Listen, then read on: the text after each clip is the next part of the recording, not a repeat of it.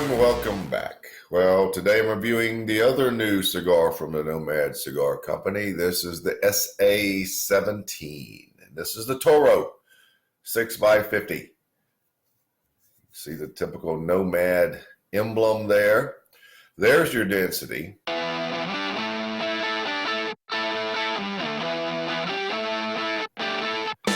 Has a nice feel in the hand. Average, I'd say, for a 6x50 cigar.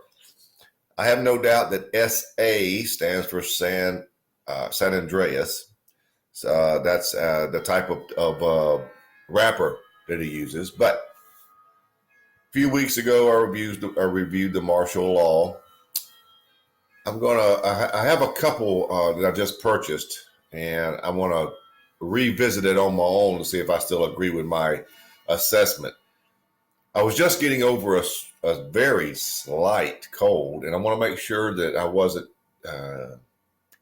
inaccurate with my reporting. So if I see that I was, I'll make note of it. But today we are after a review on the SA-17. Now, a little bit about this cigar. It's Nomad Cigar Company's first regular production line using a San Andreas wrapper.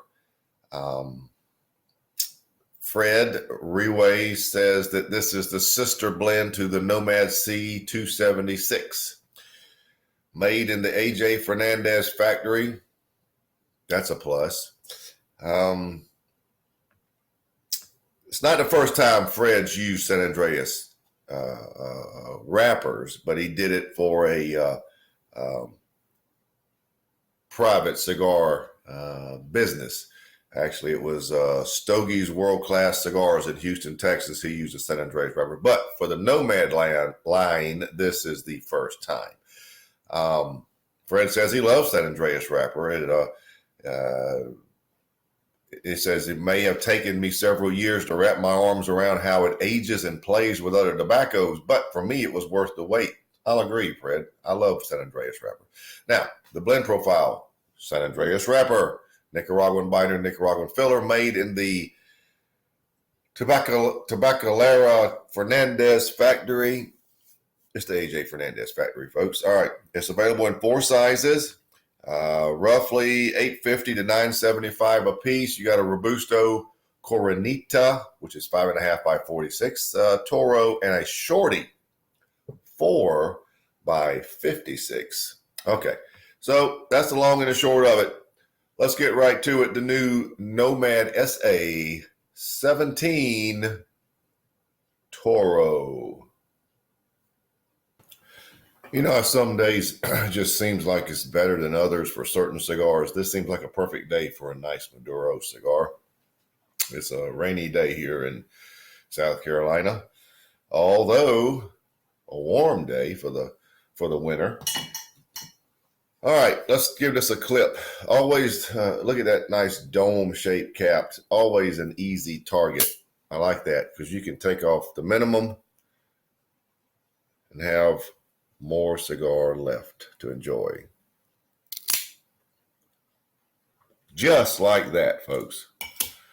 All right, there we go. See that? Very nice draw.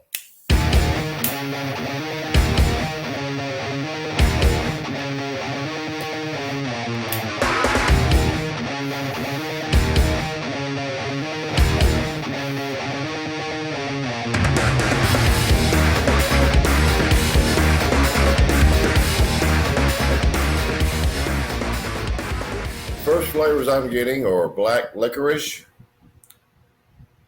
some chocolate notes, sweet chocolate notes, and espresso. It's a lot of coffee.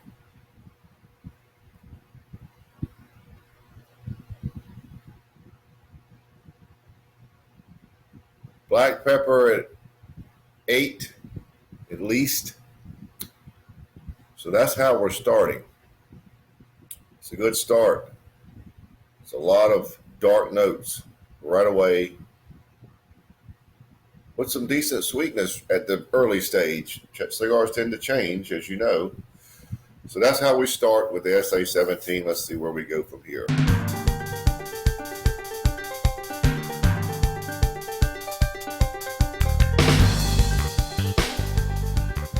Well, about 2 inches in, the ash fell off just a few minutes ago,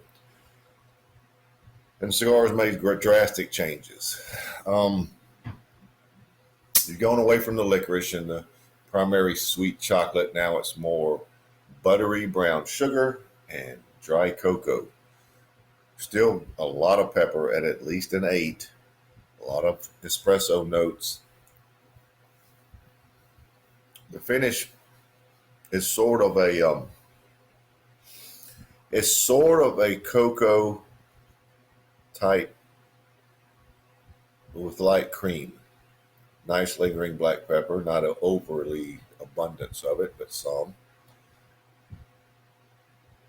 Medium, leaning toward medium to full bodied. But it's made a pretty big change from the beginning, I think you can see. Went through a transition period there. While it was changing from those licorice notes, I got a little whipping cream.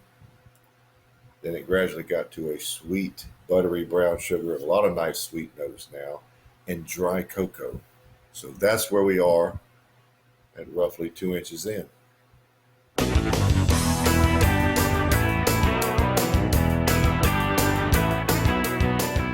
I'm just past the midpoint, probably about 2.5 inches remaining.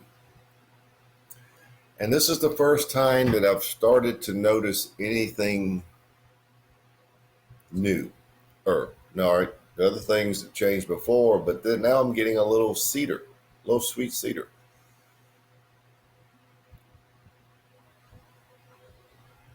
The buttery brown sugar is still there. The dry cocoa notes are really decreasing, but possibly they're being overwhelmed by that now sweet cedar. The espresso notes have really moved forward, even more so. They're a very dominant flavor.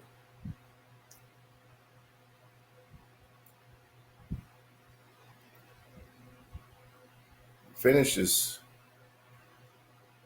sort of a chocolatey, a very dark chocolate flavor. Lingering pepper seems to be up a little. I would probably call the cigar medium to full bodied. So it hasn't made so much a change at this point as it is an additional flavor. I haven't really noticed that cedar before. The other notes have been overwhelming. If it's there, I didn't really notice it, but I do now. So we're right at the band.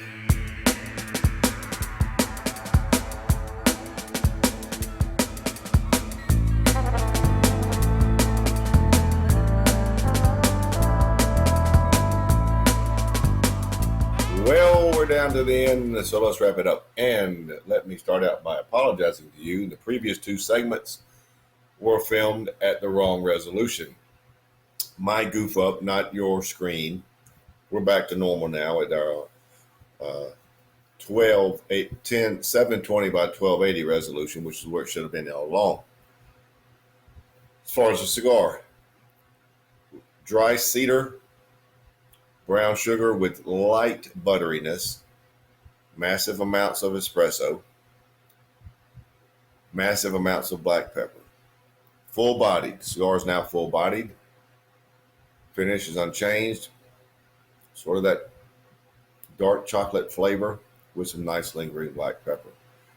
Cigar made several changes, as you saw as we went along. Even now, it's a little different than it was in the last segment. For me, the cigar pretty much went, if I graphed it, it would be here. It moved up. And now it's sort of slid back a tad.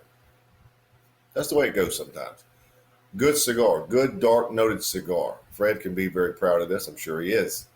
For me, it rates out of a 91. A solid 91, a very good cigar. Being critical, I would have liked it to have those dark flavors, only a little more sweetness and more richness. But this is a good cigar, folks. A very good cigar and well worth trying. Nomad doesn't make bad cigars. Very good cigar. Should be on shelves now. Came out mid last year. So look for them in your local shop. So there you have it. the Nomad SA-17 Toro 91.